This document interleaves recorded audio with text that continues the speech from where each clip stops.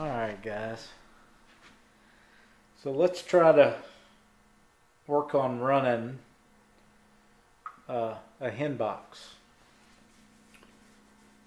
So I was talking to you earlier the differences between a call style box and a hen box, or a turpin style box, meaning that there is no spring under the lid.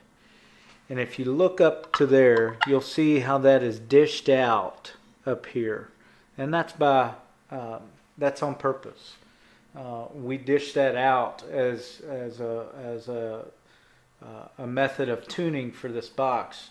It helps with where the call breaks, and it assists with helping maneuver that lid up to where you can get the true back end out of the call.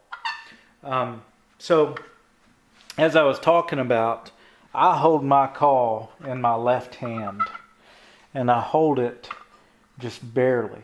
The handle down here, kind of like if you're a golfer, you wanna have that grip just as light as you can, but as tight as necessary.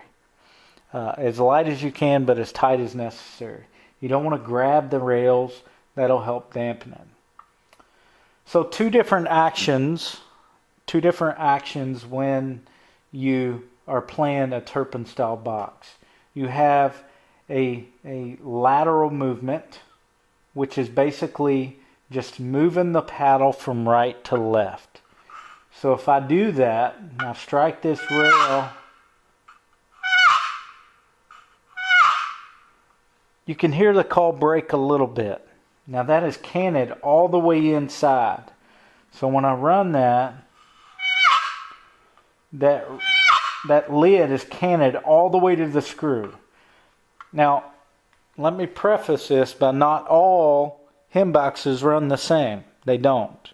They're built by different builders.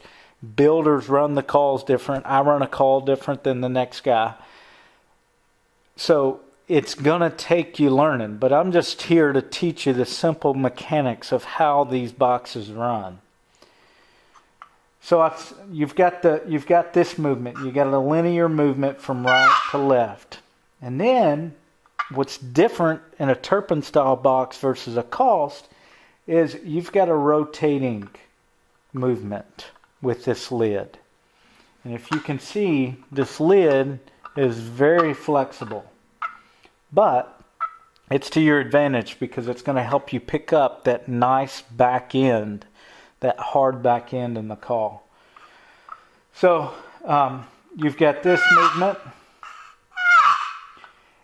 and you need to incorporate the other one. So what I'm wanting to do is I'm wanting to rotate that lid up slightly to catch that back end. And I'm going to exaggerate this, but now you can really hear that back end picking up.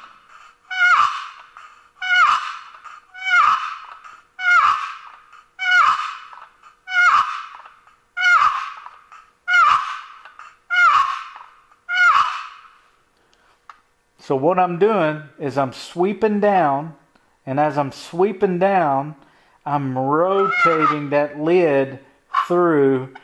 And the goal here, guys, again, you can over exaggerate this too much in a call, but the goal is to take the corner of this lid and try to hit the top of this one, at least for a Fulkerson box. And what that's going to do is that's going to allow you to pick up that bottom end.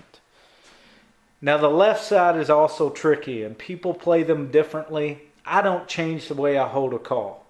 I still hold the call in my left hand, but I'll face it away from me. So I'll take the call. Let's say I'm running it like this.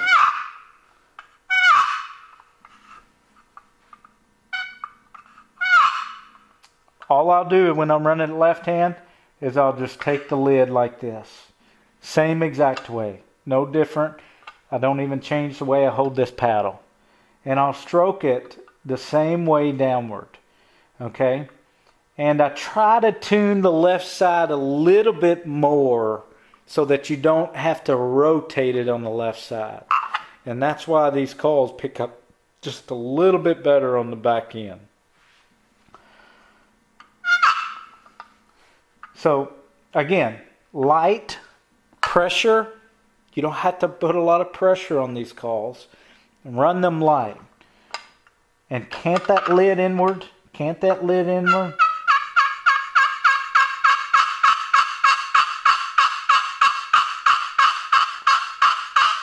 And let that paddle grab.